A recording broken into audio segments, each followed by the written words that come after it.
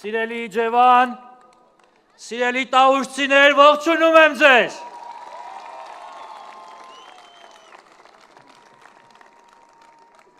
Պարոն Վահագն Ալեքսանյանը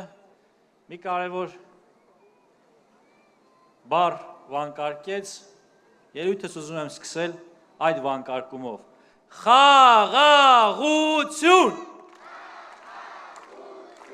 Խաղաղություն։ Շնորհակալ եմ։ Սիրելի տավուշցիներ, սիրելի հայրենակիցներ, մայիսի 28-ի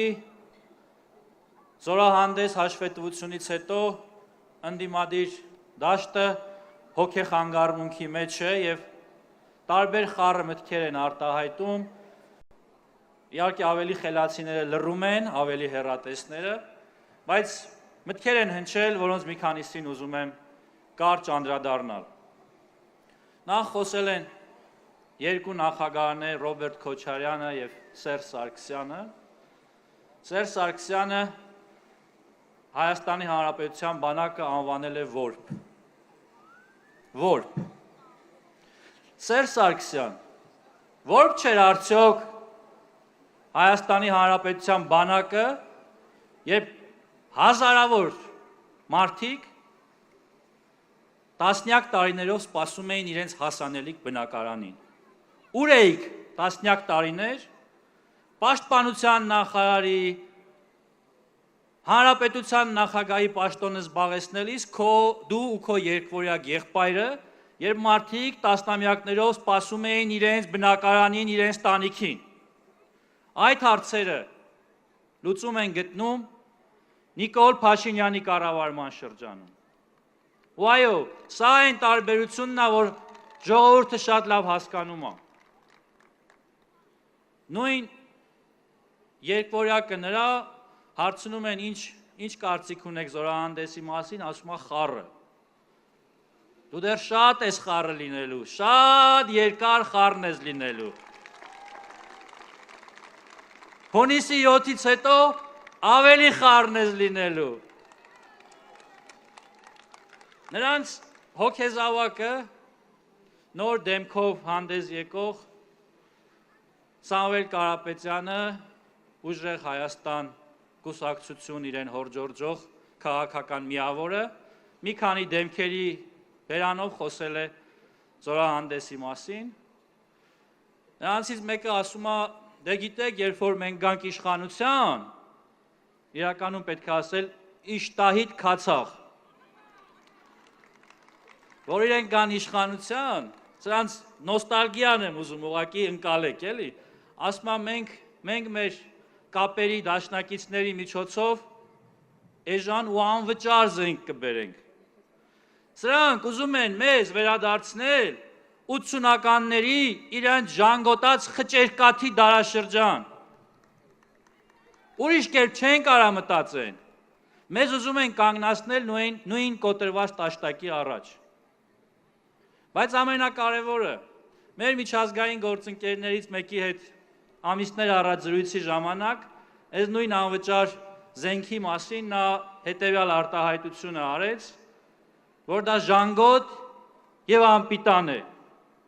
Ռժավայա ի նիկամու նի նուժնայա։ Սա բնորոշումն է այն բարեգութ երկրի, ումից իրենք սպասում են այդ օգնությունն ու աջակցությունը։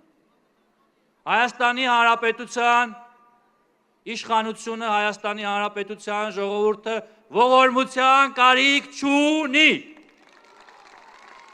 Մենք ունենք պետություն, ունենք մեր քաղաքացիների հարկերի շնորհիվ ձևավորված բյուջե, որի արդյունքում ձևավորում ենք կարողություններ, որոնք պետք է պաշտպանեն մեր երկրի տարածքային ամբողջականությունն ու անձեռնամխելիությունը։ Բայց որպեսզի ամբողջանա սրանց պատկերը, ինչպիսին են նրանք ու ինչ ձևով են արտահայտվում ու մտածում բանակի մասին, ուրեմն մայիսի 21-ին Կալուգացու կուսակցության մի ներկայացուցիչ հանդես է գալիս տեսաուղերձով, որտեղ նաև դեմքը փակած դիմակավորված մի անձնավորություն պատմում է, որ ջերմուկում դիրք են զիջել, բնականաբար պաշտպանության նախարարությունը հերքումով է հանդես գալիս եւ դիմում ենք իրավապահներին գնահատական տան դրան։ Երեք քննչական կոմիտեն պարզել է, բացահայտել է, որ սա սուտ մատնություն է, արդեն կամարդ, ով խոստովանել է, որ ինքը խաբել է, ստել է, ըստ էության սուտ մատնություն է կատարել, բայց կարևորը այս ամեն ինչը կազմակերպել եւ բեմադրել են ուժեղ Հայաստան կոչվող կուսակցության ներկայացուցիչները, Սամվել Կարապետյանի մանկլավիկները։ Դուք Հայաստանի Հանրապետության սահմանին կանգնած զինվորի նկատմամբ տեղեկատվական դիվերսիա եք իրականացնում։ Դուք դիվերսանտ եք։ Ամոթ ու խայտառակություն ձեզ, ամոթ։ Ու սրանց նմանները, սիրելի ժողովուրդ, սրանց նմանները մեր քաղաքական կյանքում անելիք չունեն։ Սրանց տեղը քաղաքական անցյալն է։ Իրենց նոստալգիկ հիշողությունները, 80-ականների ողորմությունները սրանք էդ են։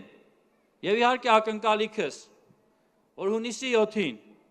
կգնաք ընտրական տեղամասեր եւ կքվեարկեք խաղաղության օգտին։ Ընտրություններ 2026-ին քվեարկում ենք։ Ընտրություններ 2026-ին քվեարկում ենք։ Շնորհակալ եմ, սիրում եմ բոլորիդ։